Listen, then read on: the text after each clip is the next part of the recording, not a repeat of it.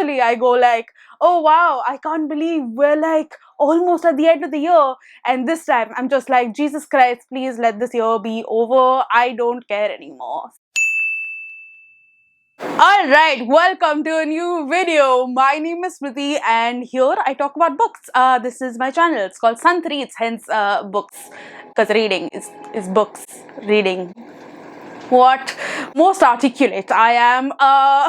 So yeah, if you want more of that articulate stuff, I do hope that you subscribe, because sometimes I talk sense. Today is not that day. Anyway, I am here to do the end of the year book tag, because this is a thing that I am now going to be doing the third year of.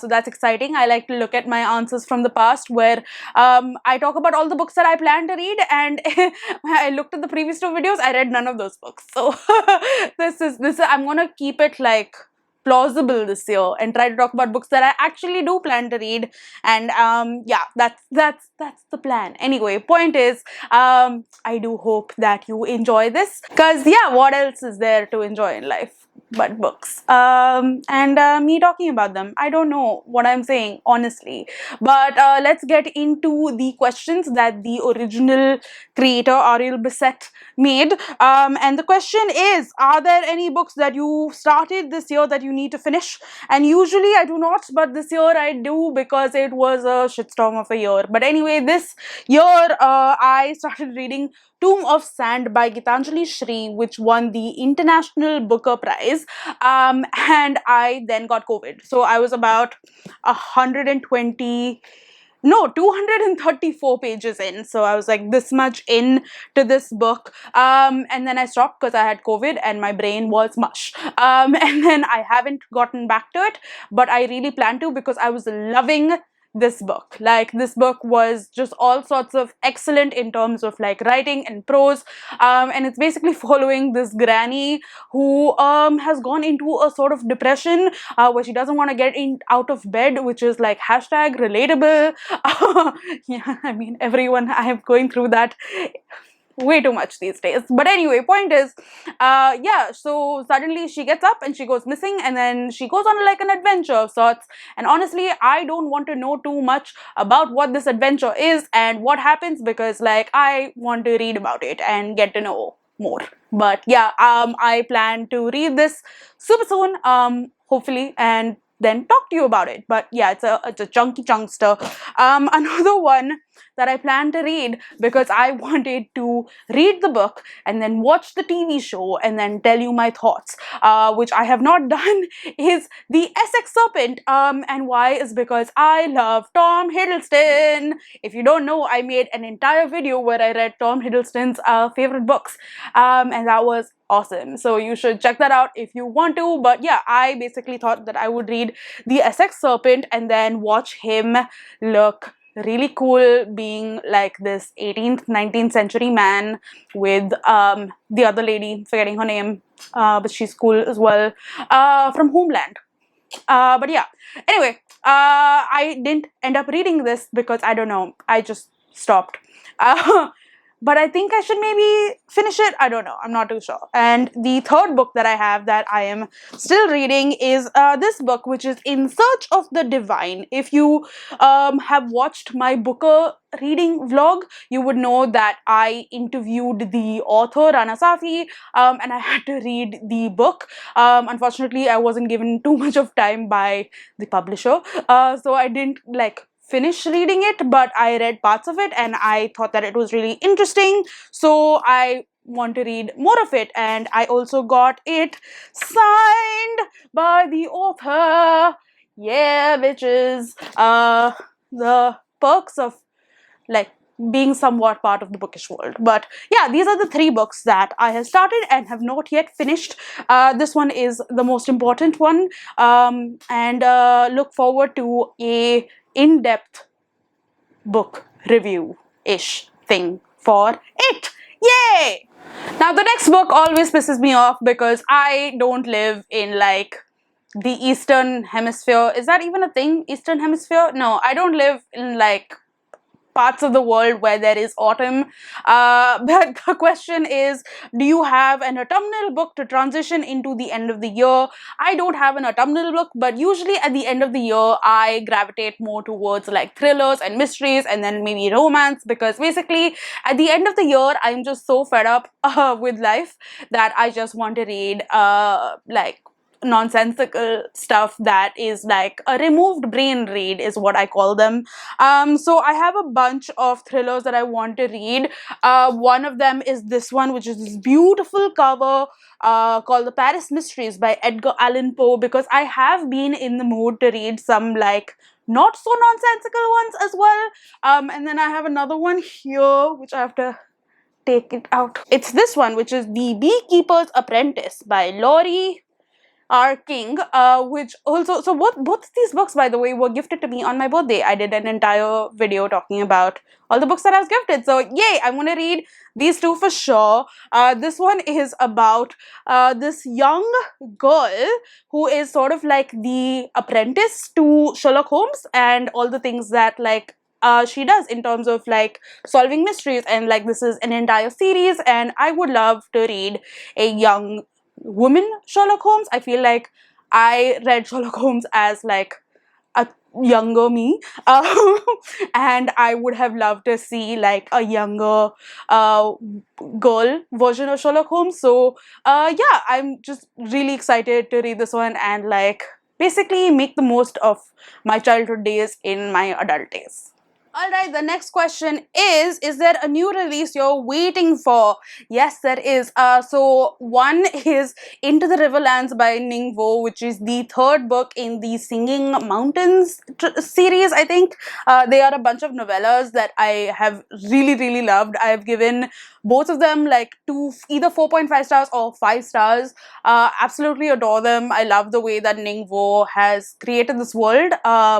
Basically, the different adventures that this cleric called Chi goes on, and they are non-binary and they have some great conversations. Essentially, that's what I love about their books. But yeah, so there's that one, and there's also Babel by RF Kuang. It has got a lot of mixed reviews. However, I feel like personally, I think I can bring a lot to that conversation, because basically it's about this person who goes and studies in like Oxford, because this person takes them there, and there's something to do with magic, to do with translation, to do with colonization. And if you don't know, I love translations, and my country was colonized, and I like to read about it and get to know more about that time. And I would love to hear Rebecca's thought process and like thoughts on that subject. I feel like I could add my thoughts as well. So I totally plan to pick it up as soon as it is here and released in India, because it ain't. So yeah, that is that. But I also have two books that have been released and have been gifted to me by the publishers, and I haven't read yet, but I plan to. The first one is this very beautiful cover, which is The Marriage Portrait by Maggie O'Farrell. Now, I read Hamnet earlier this year. It is one of my favorite books of this year so far, so I'm hoping to recreate that magic with this one. And like this is basically about like this princess who died when she was 16 or something, but we get to know what happened. And yeah, I honestly don't want to know too much more about it, but I absolutely love Maggie O'Farrell's like writing, and I trust her with my life. So yeah, I am really excited to read that, as well as this one, which is Less is Lost. Now, if you don't know, I loved Less by Andrew Sean Greer. It won the Pulitzer. I did a review of it on the Books on Toast channel when I was working with them. I also met Andrew Sean Greer at like the JLF thing in like 2018, I would like to say. And I just like, he's a really cool dude, and I think he writes really fantastically, and I loved Arthur Less as a character. Now, basically, we are following Arthur Less right after that book, I think, where he has to travel across America. So in the first book, he basically travels the world, and we get like his perspective on like becoming older, writing, as well as just like being a person in the world.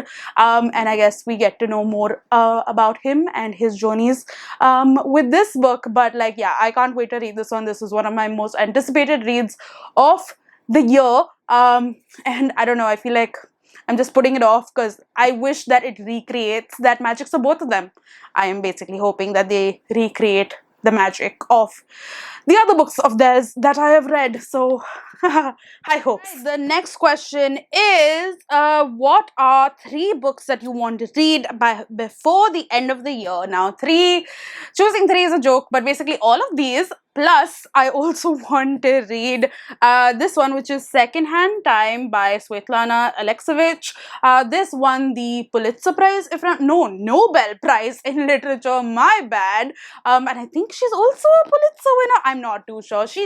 Apparently she should win all the awards. But this is basically like a huge tome about women and just regular people living in the Soviet Union, and it basically chronicles their experience during the like demolishment of it, or like the the fall of the Soviet Union and the 2 decades that follow. So yeah, she's really done her time with like researching this and talking to people, and I've heard that it's absolutely amazing. So this is one book that I've been meaning to read for a while now, and I'm sure that it's going to be awesome. Get ready for non-fiction November. Another book that I've been meaning to read for a while now actually is this one, which is Sorrow and Bliss by Meg Mason. Now this was shortlisted for the Women's Prize, and everyone thought that this one was going to win because it basically chronicles the life of this,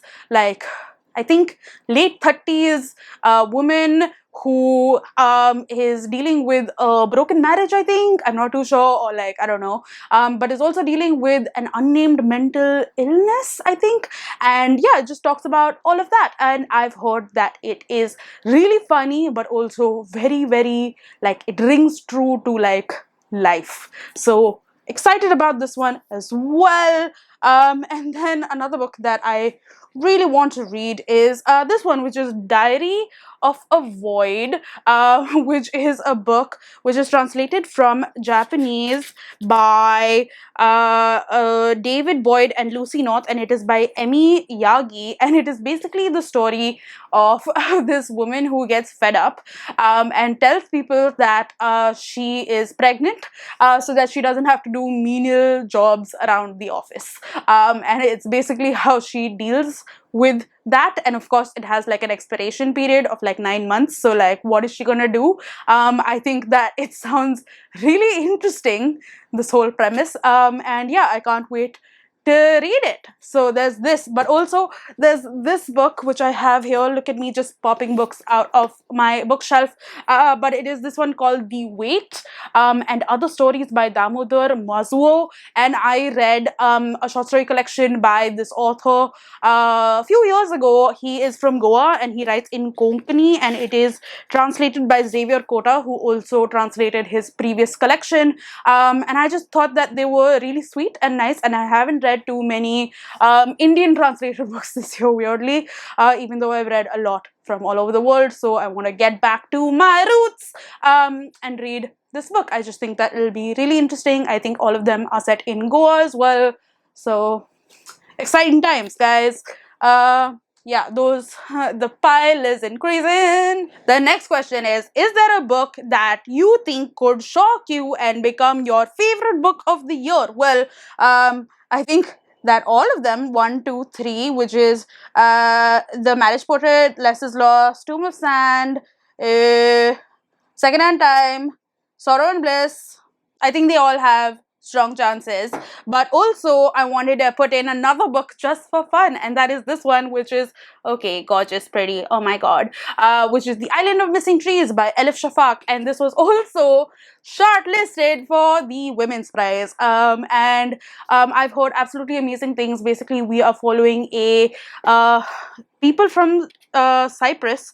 So one is Greek Cypriot and one is Christian, no, Muslim, Turkish Cypriot, and they are basically warring essentially, but they fall in love, and we get to hear of their story once they have moved to the UK, but also like what came of it and like all the times in Cyprus, I think, and like we also get the perspective of a tree. So that's interesting, and a lot of people, including Simon Savage, has said that this is one of his favorite books. He read it like at the beginning of the year, and it has not shaken from the first spot. So exciting times. I'm excited by this, but yeah, I think those are pretty much all the books that I want to read by the end of this year. Of course, there are a lot many that I do want to read, but these are the important ones. So if you've read any of these books and want to talk to me about them, super excited to do so. But yeah, that is my answers for the end of the year tag. I hope that you enjoyed. I hope that this was unhinged enough for this video. It was very unhinged. I am very sorry, but also I'm not. So make of that what you will. Watch these videos here for more fun, and subscribe to me because I am a good time. Alright, that's about it for now. I will see you in my next video. Bye bye!